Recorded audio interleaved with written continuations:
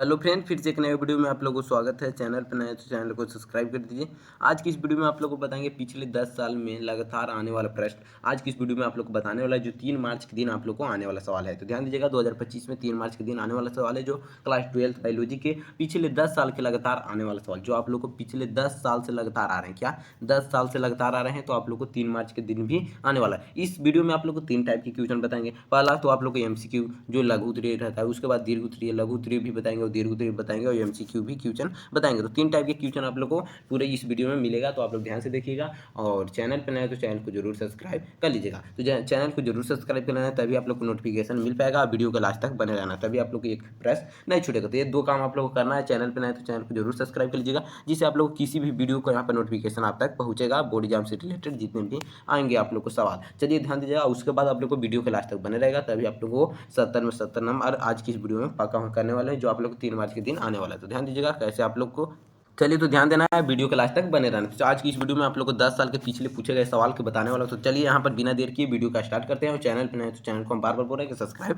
जरूर कर लेना। चलिए यहाँ पर ध्यान दीजिएगा, चलते हैं पहला नंबर क्वेश्चन की ओर। पहला नंबर क्वेश्चन क्या कहता है कि निम्न में से कौन सा कूट फल है? कूट फल कौन है? तो इसका correct answer option number A हो जाएगा, सेन है। सेन है जो कूट फल है। हम यहाँ पर आंसर ट्री करें, उसके बाद लघु उत्तरीय प्रश्न बताया जाएगा, उसके बाद दीर्घ उत्तरीय प्रश्न बताया जाएगा। देखिए ये सवाल 22 और 23 में भी पूछा है, भी इंपॉर्टेंट सवाल है, तो आप लोग ध्यान दीजिएगा। चलिए दूसरा यहाँ पर सवाल क्या कर रहा है कि भारतीय भूर्ण विज्ञान का पिता कहते हैं। भूर्ण विज्ञान का पिता क्या इसको कहते हैं? 2017-19 में पूछा गया सवाल है, तो इसको क्या कहते हैं? ऑप्शन बी इसका करेक्ट आंसर हो जाएगा, प्रोफेसर चंचन माहेश्वरी को कहते हैं। चलिए ध्यान देना है तीसरा नंबर सवाल की ओर। तीसरा नंबर सवाल की ओर ध्यान देना है। तीसरा नंबर सवाल क्या है कि एमटीपी का पूरा नाम क्या है? जो आप लोग को बोर्ड एग्जाम में आता है, ये यहाँ बोर्ड मॉडल क्वेश्चन है। तो ध्यान देना है कि एमटीपी का पूरा नाम क्या होगा। एमटीपी का पूरा नाम करेक्ट आंसर बताना, तो इसका ऑप्शन सी करेक्ट आंसर हो जाएगा क्या? मैट्रिकल टाइमेशन ऑफ द प्रिंसेसी। चलिए ध्यान देना है। चौथा नंबर क्वेश्चन क्या कर रहा है, ध्यान दीजिए। आगे सवाल है कि किसने पुष्टि की है कि डीएनए एक आनुवंशिक पदार्थ है? डीएनए एक आनुवंशिक पदार्थ है, या किसने पुष्टि की? इसका करेक्ट आंसर क्या हो जाएगा? आप लोग एक बार कमेंट में इसका करेक्ट आंसर हो जाएगा, या किसने की? तो अल्फ्रेड हर्ष मार्थ चैज ने जो ये बताया कि डीएनए एक आनुवंशिक पदार्थ है। चलिए आगे ध्यान देना है, आगे सवाल क्या बोल रहा है, आगे सवाल क्या कर रहा है, एक बार जरूर ध्यान देना। चलिए आगे सवाल है कि किसने पुष्टि की कि डीएनए का आनुवंशिक, तो इसका करेक्ट आंसर तो आप लोग को हम बता दें कि इसका करेक्ट आंसर क्या हो जाएगा? अल्फ्रेड हर्ष मार्थ चैज ने। चलिए ध्यान देना, आगे सवाल यहाँ पर ध्यान दीजिएगा कि कौन सा एंजाइम डीएनए के विशिष्ट स्थान पर करता है? डीएनए के विशिष्ट स्थान पर रहता है, करता है। यहाँ पर करेक्ट आंसर क्या हो जाएगा? ऑप्शन हो जाएगा एंट्रोन्यूक्लिएज। एंट्रोन्यूक्लिएज होगा। चलिए आगे ध्यान देना, आगे सवाल क्या कर रहा है कि पेंसिलियन की खोज किसने की थी? पेंसिलियन की खोज किसने की? तो इसका करेक्ट आंसर ऑप्शन और बी हो जाएगा, ये हो जाएगा फ्लेमिंग ने। फ्लेमिंग ने। चलिए आगे ध्यान देना, यहाँ पर है क्या, यहाँ सवाल क्या बोल रहा है कि डीएनए के रासायनिक चाकू क्या है? इसका करेक्ट आंसर बताइए। डीएनए का रासायनिक चाकू, तो ये 17 और 22 में पूछा गया। हम इसलिए वीडियो के स्टार्टिंग में ही बता दिए 10 साल के पूछे गए सवाल, जो बार बार आप लोग को सवाल में आता है, उसी सवाल का आज इस वीडियो में बताने वाला हूँ। और उसके बाद सब्जेक्टिव क्वेश्चन ही बताया जाएगा। तो आप लोग वीडियो को लास्ट तक बने रहिएगा, और चैनल पर नए तो चैनल को जरूर सब्सक्राइब कर लीजिएगा। चलिए ध्यान देना है, तो इसका करेक्ट आंसर क्या हो जाएगा? ऑप्शन इसका हो जाएगा रिएजेस्ट्रेशन एंड्रोलिएस्ट। चलिए आगे ध्यान देना है, डीएनए के रासायनिक चाकू क्या कहते हैं? तो ऑप्शन 20 का करेक्ट आंसर हो जाएगा, क्या हो जाएगा? ऑप्शन 20 का करेक्ट आंसर हो जाएगा। ध्यान देना है, ऑप्शन 20 का देख लीजिएगा। चलिए यहाँ पर ध्यान देना है। आगे अब यहाँ पर क्या ऐसा सवाल आ रहा है, ध्यान देना है आप लोगों को। ध्यान दीजिए, आगे सवाल है कि 1, 2 और 3 नंबर वाले मस्ट इंपॉर्टेंट क्वेश्चन है। तो ध्यान दीजिएगा, जो आप लोग को 7 से लेकर 8, 11, 16, 17 से लेकर आप लोग को 24 तक पूछे जाए, तो 25 में आप लोग को भी सवाल आने वाला है। हम पहले ही बता दिए हैं, तो आप लोग ध्यान से देखिएगा। और चैनल पर नए हैं तो चैनल को जरूर सब्सक्राइब कर लेना। चलिए यहाँ पर क्या है, प्लाज्मोडियम क्या है, इसका स्पष्ट करने के लिए आता है। प्लाज्मोडियम क्या है, तो इसका कैसे स्पष्ट कीजिएगा? ध्यान देना, इसको हम ऊपर कर दे रहे हैं, इसको ऊपर कर दे रहे हैं। आप लोग यहाँ पर इसका करेक्ट आंसर कैसे करेगा? ये जीवाणु में पाए जाने वाले अतिरिक्त गुणसूत्र पदार्थ है, जो एक कोशिका से दूसरी कोशिका में जा सकता है, जिसे ही प्लाज्मोडियम कहते हैं। यहाँ प्लाज्मोडियम प्राय जीवाणु में यीस्ट में पाए जाते हैं। इसका प्रयोग डीएनए प्रयोग तकनीक से संवाहक के रूप में भी किया जाता है। प्लाज्मोडियम ग्रेस्टिक। चलिए आगे ध्यान दीजिएगा, प्लाज्मोडियम ग्रेस्टिक। आगे यहाँ पर ध्यान देना है, क्या बोल रहा है यहाँ पर ध्यान दीजिएगा। यहाँ डीएनए प्लाज्मिक तकनीक साउंड के रूप में किया जाता है। प्लाज्मिन यहाँ ग्रेस्ट्रियम और ट्यूफेलिस जीवाणु का प्राप्त होता है। चलिए आगे ध्यान देना, ये यहाँ पर कैसे सवाल है? 2 नंबर और 3 नंबर वाला सवाल ये है आप लोगों को। चलिए आगे ध्यान दीजिएगा, आगे सवाल आप लोग को पूछा कि बायोगैस क्या है, जो 22 में पूछा है, 23 में पूछा है, तो 25 में आप लोग को 100% आने के चांस है। ये ऐसे हम प्रश्न यहाँ पर बताएंगे जो आप लोग को 3 मार्च के दिन बोर्ड एग्जाम में देखने के लिए भी मिलेगा। तो आप लोग को ध्यान देना है, 3 मार्च के दिन आप लोग को देखने के लिए मिलेगा। तो उसके बाद यहाँ यहाँ क्या है, बायोगैस क्या है, जो देखिए 22-23 में पूछा तो 25 में 100% आने की चांस है। तो कैसे लिखिएगा, बायोगैस विभिन्न गैसों का मिश्रण है जो अवायवीय सूक्ष्म जीव मीथे या मिथेनोजन द्वारा घरेलू तथा कृषि अपशिष्ट पदार्थों का उपयोग, यहाँ पर ध्यान दें, उपयोग करके उत्पन्न की जाती है। बायोगैस में 50 से 70% मीथेन और 30 से 40% CO2 तथा अन्य मान्य ethane, propane, ethylene, acetylene, hydrogen, nitrogen तथा H2S गैस पाई जाती है। तो इस प्रकार से आप लोग लिख लीजिएगा, तो बायोगैस में आप लोग को फुल नंबर मिल जाएगा। चलिए आगे ध्यान देना, आगे कौन सी सवाल कर रहे हैं, जितने भी सवाल है इंपॉर्टेंट सवाल है, आप लोग को 25 यहाँ पर 3 मार्च के दिन आने वाला सवाल है। तो ध्यान देना आगे क्या है सवाल बोल रहा है। आगे सवाल यहाँ पर ध्यान दीजिएगा कि आगे सवाल क्या करा है, इंटरफेरॉन पर टिप्पणी लिखने के लिए। इंटरफेरॉन पर टिप्पणी कैसे लिखा जाता है, ध्यान दीजिएगा, टिप्पणी में क्या लिखेंगे। चलिए यहाँ पर इंटरफेरॉन की टिप्पणी कैसे लिखना है, ध्यान देना। इंटरफेरॉन विषाणु प्रोटीन अणु होते हैं, जन कोशिकाएं विषाणु संक्रमित होती है तो इस प्रकार के प्रोटीन्स मुक्त करती है जो विषाणु के संक्रमण को रोकती है। ये प्रोटीन स्वस्थ अंकुरित कोशिकाओं का विषाणु का संक्रमण से बचाती है। इस प्रकार से आप लोग लिख लेना इंटरफेरॉन का टिप्पणी। चलिए आगे ध्यान देना, आगे सवाल क्या कर रहा है, आगे सवाल क्या कर रहा है, जो बचाती है कोशिकाओं से संक्रमण से बचाती है। चलिए आगे सवाल यहाँ पर क्या है, मनुष्य में अमीबता या क्या है, अमितासार अमीबसिसी रोग किससे उत्पन्न होता है। इसका करेक्ट आंसर क्या हो जाएगा, तो अमीनता अमीबसिसी रोग यह किससे उत्पन्न होता है, तो आप लोग ऐसे लिखिएगा कि यह रोग हिस्टोलिका नामक या प्रोटोन परजीवी द्वारा होता है। इस प्रकार से आप लोग को लेना, यह रोग हिस्टोलिका या प्रोटीन प्रोजीन द्वारा होता है, यह मनुष्य की यहाँ आंत में पाया जाता है। चलिए आगे ध्यान देना, चलिए आगे ध्यान दीजिएगा, कौन से सवाल आगे है यहाँ पर, आप लोग इसको मनुष्य के आंत में पाया जाता है। चलिए इसका यहाँ पर अगला सवाल बताना है कि मनुष्य में साधारण जुकाम उत्पन्न करने वाले 2 विषाणुओं का नाम लिखे। तो कौन कौन से लिख देंगे यहाँ पर, राइनो विषाणु और कोरोना विषाणु है, राइनो विषाणु और कोरोना विषाणु होता है। चलिए आगे ध्यान देना है, सवाल पर आप लोग को वीडियो के लास्ट तक बने रहना है, तभी आप लोग डिटेल से समझ चुकेंगे। और चैनल पर नए तो चैनल को जरूर सब्सक्राइब कर लेना है, तो क्योंकि जितने भी सवाल है इंपॉर्टेंट सवाल है, तो आप लोग को छोड़कर जाना नहीं है, वीडियो के लास्ट तक बने रहना है। चैनल पर नए तो चैनल को हम बार बार बता रहे हैं कि सब्सक्राइब जरूर कर लेना है। चलिए आगे क्या करें, आगे यहाँ पर ध्यान दीजिएगा, आगे है यहाँ पर कि एक ऐसी प्राणघाती वायरस रोग का नाम लिखिए जिसका पुनः इलाज संभव नहीं है। ऐसे आप लोग को आता है सवाल, तो ये आप लोग को आएंगे, इंपॉर्टेंट क्वेश्चन है, तो ध्यान दीजिएगा। ऐसे आप लोग को आता है, तो कौन सा है, एड्स है जिसका संभव नहीं है। एड्स एक ऐसी प्राणघाती रोग है जिसका रोग कारक HIV वायरस से होता है, जो यहाँ रियोटो वायरस समूह में इनका अभी तक पूर्ण इलाज संभव नहीं हुआ है। इस प्रकार से आप लोग को एड्स दिया जाएगा, एडजेक्टिव में भी दिया जाएगा या MCQ क्वेश्चन में, तो आप लोग एड्स ही मारिएगा। चलिए आगे ध्यान देना है, आगे आप लोग को ये देखिए कितना साल पुराना पूछा है सवाल। देखिए हम इसलिए कहते हैं कि वीडियो के लास्ट तक बने रहिएगा, तभी आप लोग पूरी डिटेल से समझ में आएंगे, क्योंकि वीडियो के लास्ट में ही क्वेश्चन का इंपॉर्टेंट थैली रहता है। क्वेश्चन का इंपॉर्टेंट थैली आप लोग को वीडियो के लास्ट में ही मिलते हैं। तो यहाँ पर क्या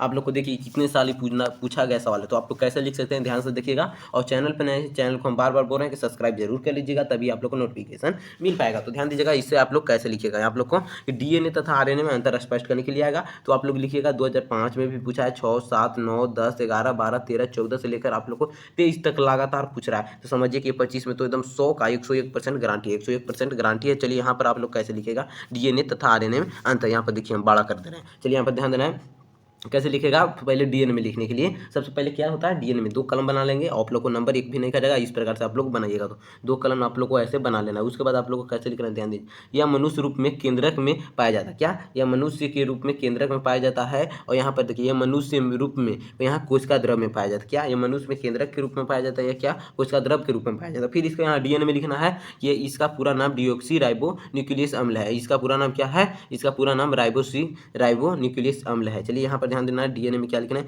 इनमें से AGTS क्षारक पाए जाते हैं, इसमें AGUS क्षारक पाए जाते हैं। आगे उसके बाद लिखना है कि यह अनुवांशिक पदार्थ का काम करता है, यह प्राय प्रोटीन संश्लेषण का कार्य करता है। तो इस प्रकार से आप लोग लिखिएगा, फुल मार्क्स मिलेगा। जो आप लोग समझिएगा DNA कितना साल पूरा पूछा गया सवाल है, कितना साल पूछा गया सवाल है। तो आप लोग चैनल पर नए तो चैनल को बार बार बोलना है कि सब्सक्राइब कर लेना है, वीडियो के लास्ट तक बने रहना। चलिए आगे सवाल देखिए, यहाँ पर क्या कर रहा है। आगे सवाल आप लोग को DNA का फिंगरप्रिंटिंग, DNA का फिंगरप्रिंटिंग जो आप लोग को बार बार सवाल पूछे जाता है। तो DNA का फिंगरप्रिंटिंग में आप लोग देखिए 16 में, 19 में और 20 और 21 में पूछा कि DNA फिंगरप्रिंट से आप क्या समझते हैं, मानव जीवन में इसके उपयोग का प्रकाश डाले, पूरा उपयोग पर ही लिखना है। तो चलिए आगे सबसे पहले क्या लिखेंगे, DNA फिंगरप्रिंटिंग। चलिए आगे फिंगरप्रिंटिंग ही पूछ रहा है। देखिए इस प्रकार से आप लोग को सवाल बना देंगे। यहाँ पर देखिए सवाल क्या है, दीर्घ उत्तरीय प्रश्न, जो आप लोग को ज्यादा अंक वाला सवाल है, ध्यान देना है। यहाँ पर क्या है, आप इसे समझाएं और मानव जीवन में इसका क्या उपाय है, इस पर प्रकाश डालना। तो चलिए सबसे पहले कैसे आप लोग को यहाँ ध्यान देना है, सबसे पहले क्या लिख देना है, चलिए DNA की फिंगरप्रिंट लिखना है। चलिए DNA का इंस्ट्रोड्रिलेंस एंजाइम, यहाँ एडोन्यूक्लिक न्यूक्लियस एंजाइम की सहायता से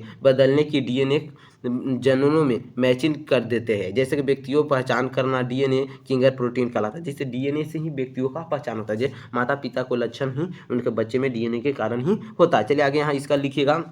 यह तकनीकी का खोज एक्सलेस जेफरी के सन 1986 ईस्वी में की गई थी। प्रत्येक जीवन में डीएनए संरचना में आनुवंशिक विशिष्ट और अन्य जीवन में भाग ले होती है। चलिए आगे ध्यान देना है। आगे आप लोग क्या लिखेंगे, डीएनए का उपयोग, डीएनए का उपयोग में क्या लिख देना है। चलिए प्रत्यय निर्धारण करने के लिए, प्रत्यय निर्धारण मतलब यहाँ वंशगुणित निर्धारण करने के लिए। चलिए व्यक्ति का निर्दोष साबित करने में, हत्या बलात्कार जैसी घटनाओं में दोषी पहचान करने में। चलिए बाढ़ भूकंप के बारे में गए लोगों को पहचान करने में, जो बाढ़ से या भूकंप से लोग यहाँ पर दह जाते हैं उनको हम लोग डीएनए से जांच करके ही पता करते हैं कि फलना का लड़का है या फलना को बॉय है या गर्ल है। चलिए उसके बाद यहाँ पर अगर यहाँ पर बलात्कार होता है तो उसको जांच किया जाता है कि कितना एमएल या किसी प्रकार वो किया है कि नहीं। आप लोगों को निर्दोष, अगर कोई निर्दोष वस्तु यहाँ पर क्या है आदमी है उसको हम लोग दोषी ठहराने के लिए बलात्कार किया है तो इस पर यहाँ डीएनए जांच किया जाएगा। तो डीएनए का फिंगरप्रिंटिंग का उपयोग किया जाता है। चलिए उसके बाद यहाँ पर क्या लिखेगा, यहाँ पर डीएनए का फिंगरप्रिंट का विधि कैसे विधि है। चलिए डीएनए का पृथक करना और शुक्राणु रक्त का कंकाल, चलिए डीएनए में काटना एंड्रोलिसन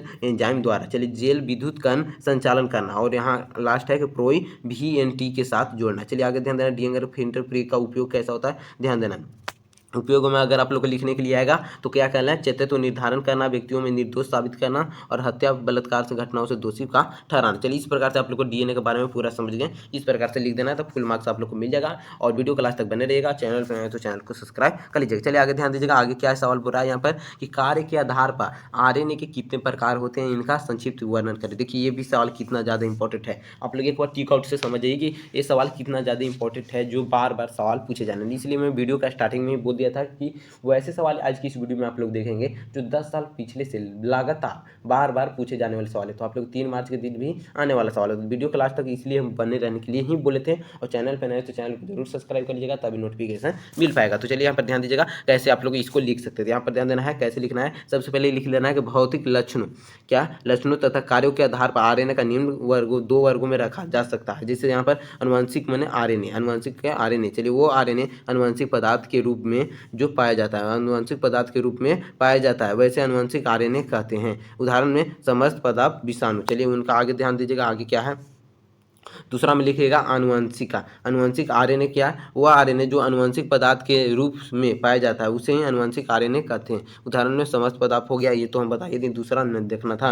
अनुवांशिक आरएनए क्या है, वैसे आरएनए जो अनुवांशिक पदार्थ का कार्य नहीं करता है अनुवांशिक आरएनए कहते हैं। अनुवांशिक देखिए अन लगा हुआ है, आप लोग को लग रहा होगा कि एक ही बता रहे हैं। चलिए यहाँ पर अन लगा हुआ, अन अनुवांशिक आरएनए और अनुवांशिक आरएनए, इस प्रकार से आप लोग लिखिएगा। आगे ध्यान दीजिएगा आगे क्या लिखना है। चलिए यूकेरियोट्स में 3 प्रकार के अनुवांशिक आरएनए होते हैं। अनुवांशिक के 3 प्रकार होते हैं। कैसे, यहाँ संदेश संवाहक, संदेश संवाहक क्या है, ध्यान दें। संदेश संवाहक आरएनए और डीएनए से प्राप्त अनुवांशिक सूचनाओं से राइबोसोम तक पहुंचाता है। इसलिए जैकब और मोरान ने मैसेज आरएनए नाम दिया। क्या मैसेज आरएनए के नाम दिया है कि इसका यहाँ क्या वो इसका द्रव में पाए जाने वाले आरएनए 35% भाग लेता है। 35% आप लोग को 3.5% यहाँ भाग लेता है एमआरएन में। चलिए आगे ध्यान है। ट्रांसफार्मर क्या है, ट्रांसफार्मर क्या है, इसका आप लोग ट्रांसफर कैसे लिख सकते हैं कि उसका में लगभग 100 प्रकार के यहाँ टीआरएनए पाए जाते हैं। यह कुल आरएनए का लगभग 15% का भाग निर्माण करते हैं। टीआरएनए अपने अम्ल ढूंढकर आप लोगों को राइबोसोम न्यूक्लियस की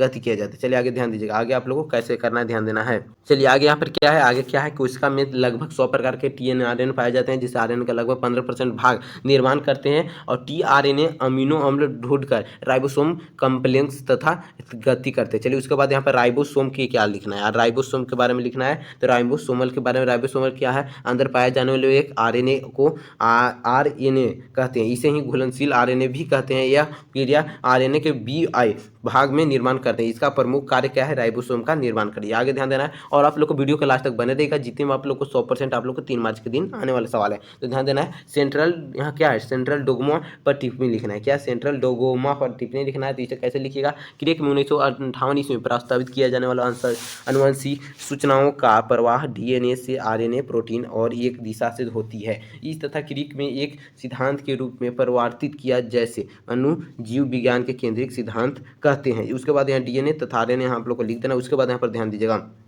ध्यान दीजिएगा, विषाणु द्वारा उत्पन्न एक रोग का नाम लिखिए तथा लक्षण, उपचार तथा बचाव का उपाय बताइए। चलिए यहाँ पर ध्यान देना है, उपार्जित प्रतिरक्षा न्यूनतम सिंड्रोम एड्स तथा विषाणु जनित रोग है। एड्स के कारण ह्यूमन एडिकेशन और HIV एक RNA का विषाणु जो यहाँ पर बहुत से बच्चे बोरिंग कर रहे हैं। तो ध्यान दीजिएगा, ये आप लोग को सवाल हम बता रहे हैं वो बिल्कुल आप लोग को देखिए 2005, 6, 7, 8 से लेकर यहाँ पर 22 तक पूछा गया है। तो ये 25 में आप लोग को 100% गारंटी है कि आप लोग को सवाल आएंगे। आप लोग बोरिंग नहीं समझिए और वीडियो को लास्ट तक बने रहिए, तभी आप लोग समझ जाएंगे कि कैसे लिखना है। तो ये आप लोग को विषाणु द्वारा उत्पन्न एक रोग का नाम लिखना होता है, जो लक्षण को, उपचार के सब है, इसका उपाय बताना होता है। तो इस प्रकार से लिख देना, RNA का युक्त विषाणु यहाँ पर क्या है, रिकर्स ट्रांसक्रिप्शन के कारण DNA तथा लेते हैं जो शरीर में प्रतिरक्षा क्षति पहुंचाते हैं। चलिए इसके बाद यहाँ पर एड्स के लक्षण लिख देना है। तो बार बार रोग से ग्रसित हो जाना, रोगी का लगातार बुखार आ जाना, धीरे धीरे शरीर का वजन कम जाना और शरीर की प्रतिरक्षा क्षमता कम जाना। चलिए इस प्रकार से एड्स का लक्षण। चलिए एड्स का संरचना, एड्स की संरचना में आप लोग को क्या लिखना है, HIV का संक्रमण संक्रमित माता उसके गर्भाशय शिशु में होता है। चलिए संक्रमित व्यक्ति से असुरक्षित यौन संबंध बनाने से होता है। क्या, संक्रमित व्यक्ति से अगर यौन संबंधित आप लोग बनाएंगे तो आप लोग को एड्स धर लेगा। चलिए उसके बाद यहाँ पर ध्यान दीजिएगा, आगे क्या है, एड्स का संरचना। एड्स का संरचना में आप लोग को क्या लिखेंगे, ये तो आप लोग बता दें कि असुरक्षित यौन संबंध बनाने से होता है। चलिए आगे ध्यान है, HIV का संचराव, यहाँ पर संचराव का पहचान कैसे करेंगे, तो ये प्रकार से आप लोग को पहचान में लिख देना है ये और इसका PCR के बारे में। चलिए आगे ध्यान देना, आगे ध्यान देना है HIV के रोकथाम एवं उपचार। उपचार कैसे इसको रोक सकते हैं, तो रोकथाम मतलब इसके रोका कैसे जा सकता है। तो यहाँ क्या है, कोंडोम का उपयोग से सुरक्षित यौन से संबंध बनाना होता है। रक्तदान से पहले HIV का परीक्षण करना होता है। एड्स के बारे में जगजारत फैलाकर एक बार उपयोग की गई सुई का प्रयोग दोबारा नहीं किया जाएगा, इसलिए ही इसे सुई को दूसरा। चलिए यहाँ पर ध्यान देना क्या है, आगे आप लोग को प्रत्येक अंडाशय में 2 से 4 लंबी होती है बादाम के आकार का संरचना होती है। यह योनि भीति, लिगामेंट तथा उदारीय गुहा के लटके रहते हैं। चलिए इस प्रकार से चित्र बनाने का आता है योनि भीति का, तो उसके बारे में पहले लिखना होता है। तो सबसे पहले आप लोग देख लीजिए कैसे आप लोग को लिखना है। चलिए ये एक जोड़ी मूत्र मार्ग की दाएं और बाएं और स्थित होती है। चलिए यहाँ पर ध्यान दीजिएगा, जो आप लोग को हर एक साल सवाल आते हैं तो आप लोग को देख लेना है, देख कर ही जाना है। तो ध्यान दीजिएगा, मनुष्य में यहाँ मादा जनन तंत्र संक्षिप्त वर्णन कर लिए, ये आप लोग को सवाल आएंगे। ध्यान दीजिएगा, ये सवाल BBI इंपॉर्टेंट सवाल है, यहाँ पर हम BBI इंपॉर्टेंट सवाल भी लिख दें। तो ध्यान देना है, मनुष्य में मादा जनन तंत्र को, जो मादा जनन तंत्र हम यहाँ पर चित्र दिखाएं, ये आता है। क्या है, ये मादा जनन तंत्र को चित्र है। क्या, मादा जनन तंत्र को चित्र है। तो इस प्रकार से सचित्र वर्णन करने के लिए आप लोग आएगा कि मनुष्य में मादा जनन तंत्र को सचित्र वर्णन कीजिए। तो कैसे आप लोग कीजिएगा, पहले आप लोग को लिख लेना, मादा जनन तंत्र में निम्नलिखित 3 भागों में बांटा जाता है। मुख्य जनन अंग, चलिए अंडाशय यह मादा का प्राथमिक अलैंगिक जनन, लैंगिक अंग है। मादा युग्म अंड का निर्माण यहाँ पर क्या है, रीड आइडल हार्मोन के उत्पादन से करता है। तो इस प्रकार से आप लोग लिखिएगा। आगे यहाँ पर ध्यान दीजिएगा, आगे क्या लिखना है। चलिए आगे क्या निर्माण, यहाँ स्टीराइड हार्मोन का उत्पादन करता है। उसके बाद उदर के नीचे दोनों ओर एक अंडाशय एक जोड़ी होती है। उसके बाद आप लोग यहाँ देखिए, इस प्रकार से लिखना है, प्रत्येक अंडाशय में 2 से 4 सेंटीमीटर या 1.5 चौड़ी लगभग 1 मीटर मोटी बादाम के आकार का संरचना होती है। यह ये श्रोणी भती लिगामेंट तथा उदराव गुहा से लटके होते हैं। चलिए इस प्रकार से आप लोग को चित्र छाप लेना, इस प्रकार से आप लोग को चित्र छाप लीजिएगा तो आप लोग को पूरा यहाँ पर मिल जाएगा नंबर। सचित्र वर्णन करने के लिए आप लोग तो आता है, ये दीर्घ उत्तरीय प्रश्न है, ये क्या है, बड़ा अंक वाला प्रश्न है। तो ये आप लोग जरूर देखकर चल जाइएगा। तो मिलते हैं अगले वीडियो में, तब तक के लिए आप लोग चैनल पर नए तो चैनल को सब्सक्राइब कर दीजिए। और आज का वीडियो कैसा लगा एक बार जरूर कमेंट कीजिएगा। तो और भी कोई प्रॉब्लम है, ये आप लोग एक बार स्क्रीनशॉट लेना चाहते हैं तो आप लोग ले सकते हैं। इस प्रकार से आप लोग को ले सकते हैं, वीडियो को रोक कर भी ले सकते हैं। तो मिलते हैं अगले वीडियो में, तब तक के लिए आप पढ़ते रहिए। चैनल पर नए तो चैनल को सब्सक्राइब कर लीजिएगा। तो आज की इस बायोलॉजी में आप लोग को 3 मार्च के दिन आप लोग को 70 में 70 नंबर पाका कर देना। क्या, 70 में 70 नंबर आप लोग को पाका कर लेना है, तभी आप लोग पूरी डिटेल से जितने भी हम सवाल बताए हैं जो 10 साल पुराना पूछे गए सवाल है। क्या, 10 वर्ष पुराना पूछे गए सवाल, तो आप लोग 2025 में 3 मार्च के दिन आने वाला सवाल है, जो आप लोग को 100% गारंटी है। तो आप लोग चैनल को जरूर सब्सक्राइब कर लीजिएगा, तभी आप लोग को नोटिफिकेशन मिल पाएगा। चैनल को सब्सक्राइब कर लेंगे तभी आप लोग को नोटिफिकेशन मिलेगा। तो आप लोग को सबसे पहले चैनल को सब्सक्राइब कर लेना, वीडियो को शेयर कर देना और ये वीडियो कैसा लगा एक बार जरूर कमेंट में बता देना है। तो मिलते हैं अगले वीडियो में, तब तक आप पढ़ते रहिए और चैनल पर नए तो चैनल को सब्सक्राइब कर लीजिए।